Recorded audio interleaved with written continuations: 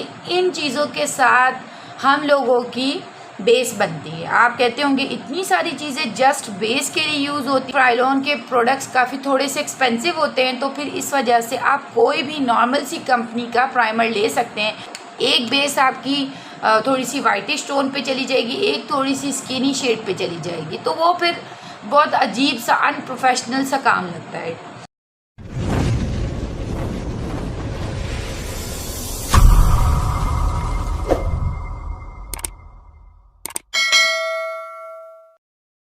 अस्सलाम वालेकुम viewers, welcome to my channel Anmol beauty parlour.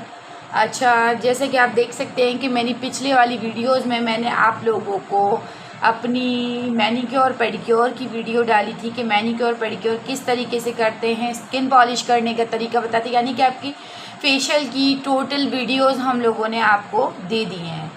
Cleansing मैंने बता दी थी, पॉलिश मैंने बता दी थी आपको, और मैंने फेशियल की हाउ एंड नो भी उसके अंदर आपको बताई थी। ठीक है, अब हम थोड़ा सा आ जाते हैं अपने मेकअप की तरफ। अक्सर लड़कियों को ज़रा जल्दी होती है, पार्लर में भी जब मेरी स्टूडेंट्स आती थी तो उनको यही जल्दी होती थी कि जल्द से जल्द हमें मेकअप के बारे में बता दिया जाए कि भाई मेकअप में क्या होता है और क्या नहीं होता। ठीक है, तो अब हम वीडियो को बड़ा ना करते हुए साथ ही साथ चलते हैं, और आपको एक रिक्वेस्ट करती हूँ कि वीडियो को शुरू से लेकर एंड तक पूरी देखा करें, कि ऐसी कोई चीज़ें होती हैं जो कि हम एंड पे बताते हैं जो कि आपको नहीं पता चल पाती हैं, तो इसीलिए उसके लिए आपको पूरी वीडियो को देखना होगा।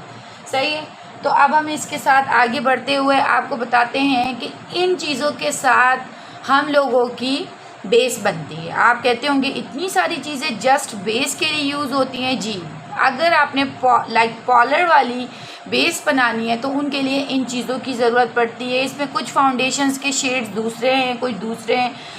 हर फाउंडेशन के जो शेड्स हैं वो अलग हैं, हर स्टिक्स के शेड्स अलग हैं, लेकिन मैं अपने कलर्स क्रिएट करके एक बेस बनाती हूँ। देखो, आपका कस्टमर सबका कलर शेड एक जैसा नहीं होगा। मैं आपको आज बताऊंगी कि कौन से फेस के ऊपर कौन सी बेस बनती है और कौन से फेस पे कौन सी बेस बनती है, और इसकी नेक्स्ट वीडियो में मैं आपको बेस बनाने का तरीका बताऊंगी। तरीके से पहले आपको पहले चीज़ की हाउ एंड नो होगी, तो आपको तरीका ज़रा ज़्यादा अच्छे तरीके से समझ में आएगा। तो इसलिए फिर पहले मैंने ये सारी चीज़ें आपके आगे रख कर आपको बताइए कि मैं कौन सी चीज़ों से अपनी बेस बनाती हूँ। ठीक है, सबसे पहले हम आ जाते हैं प्राइमर की तरफ। ये मेरे पास क्राइलॉन का अल्ट्रा अंडर बेस का प्राइमर है। मैं इसे यूज़ करती हूँ। ये समर में भी इफ़ेक्टिव होता है और विंटर में भी, लेकिन विंटर में इसका इफ़ेक्ट बहुत ही ज़्यादा होता है, क्योंकि ये कोई इस तरीके की लिक्विडी टाइप में होता है कि ये जो है ना, क्या नाम है, कुछ मतलब इस तरीके से स्टिकी टाइप का होता है। आप ये देख सकते हैं कि ये स्टिकी से टाइप का, ऑयली से टाइप का होता है। ये इसलिए होता है कि आपकी स्किन को मॉइस्चर कर दे, और फिर उसके बाद जब आप बेस बनाएं तो आपकी बेस फटने का जो ख़तरा होता है उसको ख़त्म कर दे। ठीक है, अगर आप ये कहते हैं कि क्राइलॉन के प्रोडक्ट्स काफ़ी थोड़े से एक्सपेंसिव होते हैं, तो फिर इस वजह से आप कोई भी नॉर्मल सी कंपनी का प्राइमर ले सकते हैं, लेकिन प्राइमर बहुत ही ज़रूरी चीज़ होती है हमारे लिए।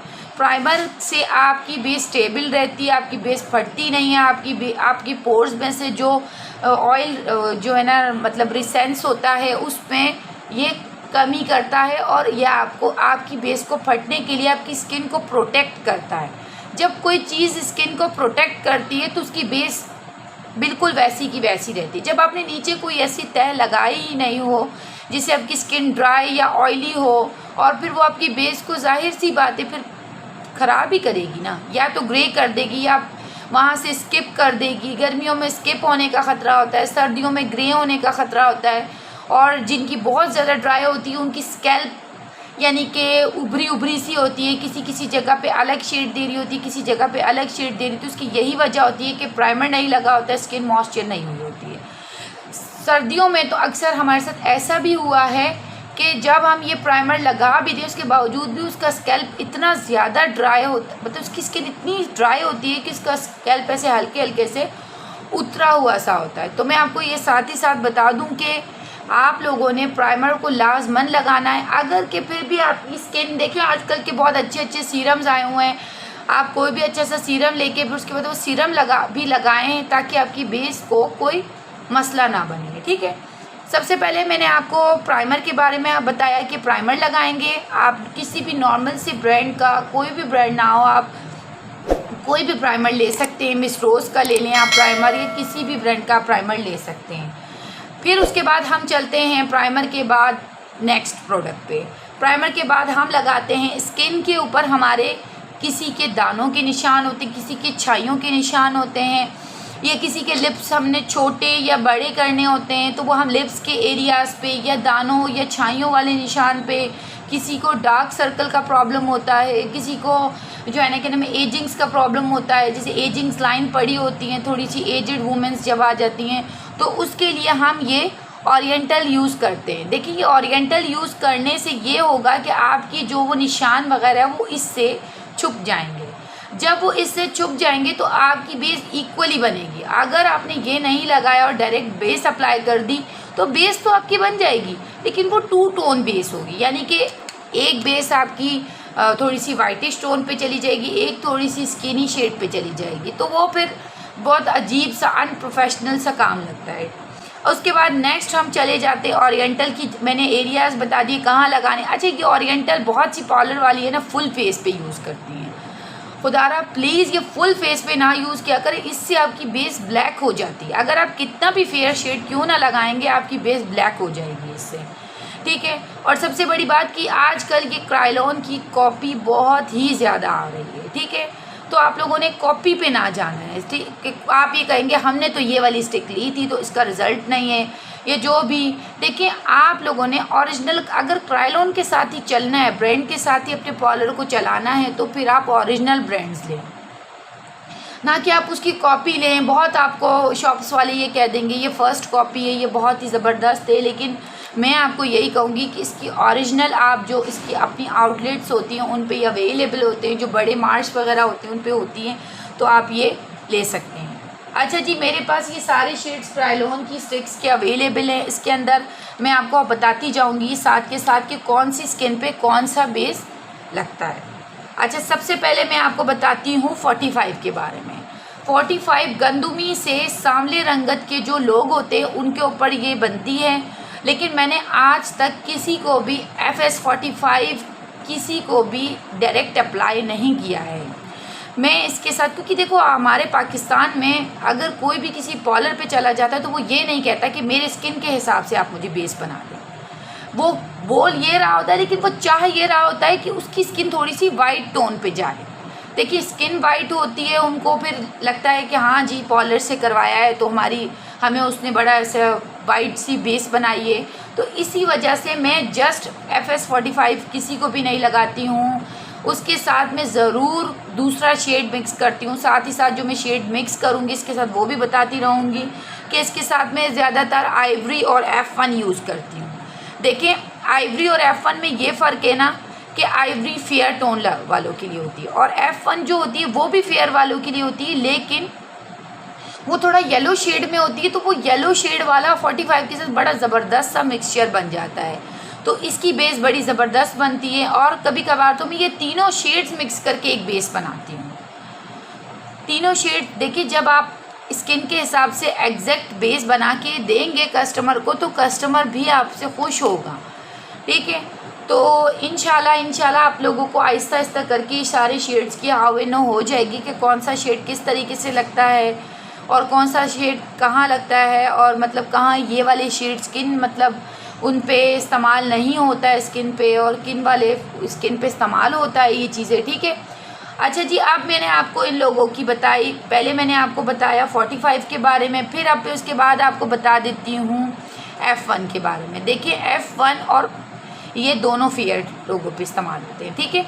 ये दोनों फेयर लोगों पे इस्तेमाल होते हैं, लेकिन जो ये है ये ज़रा सा येलो शेड देता है, ये ज़रा सा वाइटिश टोन पे चला जाता है। अगर कोई बहुत ही ज़्यादा गोरा है तो फिर हम आइवरी भी जस्ट अप्लाई कर लेते हैं, लेकिन हम फिर भी उस पर F1 यूज़ करते हैं कि F1 से बेस थोड़ी सी नेचुरल पे चली जाती है। तो इसीलिए मेरा अपना एक्सपीरियंस ये है कि आप F1 या कोई और शेड फेयर टोन वालों को भी थोड़ा सा मिला के लगाएं, ताकि उसकी बेस, एक तो वो पहले ही इतना गोरा, फिर ऊपर से आप उसको गोरी बेस बना दोगे तो वो कोई अजीब से ही एक मतलब उनकी शक्ल निकल के आ जाएगी, तो मैं आपको ये कहूँगी कि आप उनको ये वाले शेड्स मिक्स ज़रूर करें। 45 लाइट सा और F1 लाइट सा आइवरी में मिक्स करें।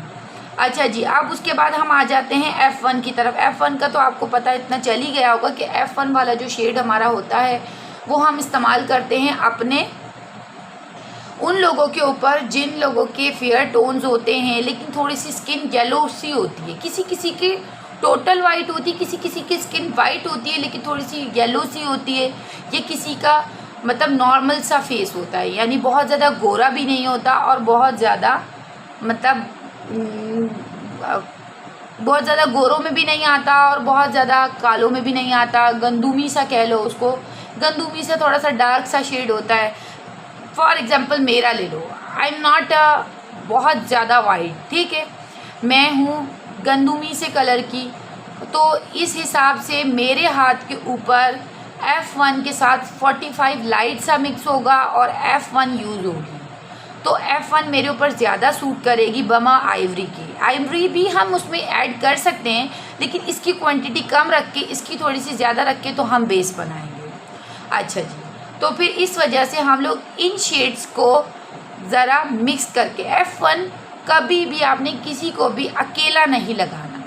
F1 हमेशा हमने जो लगाना है वो किसी दूसरे शेड के साथ उसकी स्किन के हिसाब से मैच करके लगाना है। देखिए मेरे पास हर तरीके का कस्टमर आता है, मैं उसके हिसाब से उसकी बेस बनाती हूँ। तो मैं आप लोगों को भी यही कहूँगी कि आप भी उस हिसाब से अपनी बेस बनाएं जैसा कि आपका क्लाइंट आपके पास आए। अच्छा, नेक्स्ट हम आ जाते हैं 38 की तरफ। 38 बिट जो जिन लोगों के बहुत ही ज़्यादा काले रंग होते हैं, ये उन लोगों के लिए होता है। लेकिन अब जो बेचारे काले होते हैं उन लोगों को ये तो नहीं होता ना कि हम उनको बहुत ही ज़्यादा ब्लैक, अगर उनका रंग पहले ही सांवला या ब्लैक है तो हम उन लोगों को और भी ज़्यादा ब्लैक टोन की बेस बना दें। इसका टेक्सचर कुछ इस किस्म का होता है। अब आप देख सकते हैं कि ये एक स्किनी सी शेड में मतलब जा रही है और ये हम यहाँ पे आपको मैं अप्लाई करके भी बता रही हूँ, ठीक है। तो अब आप ये देख सकते हैं कि ये मैंने अपने हाथ पे यहाँ अप्लाई किया है।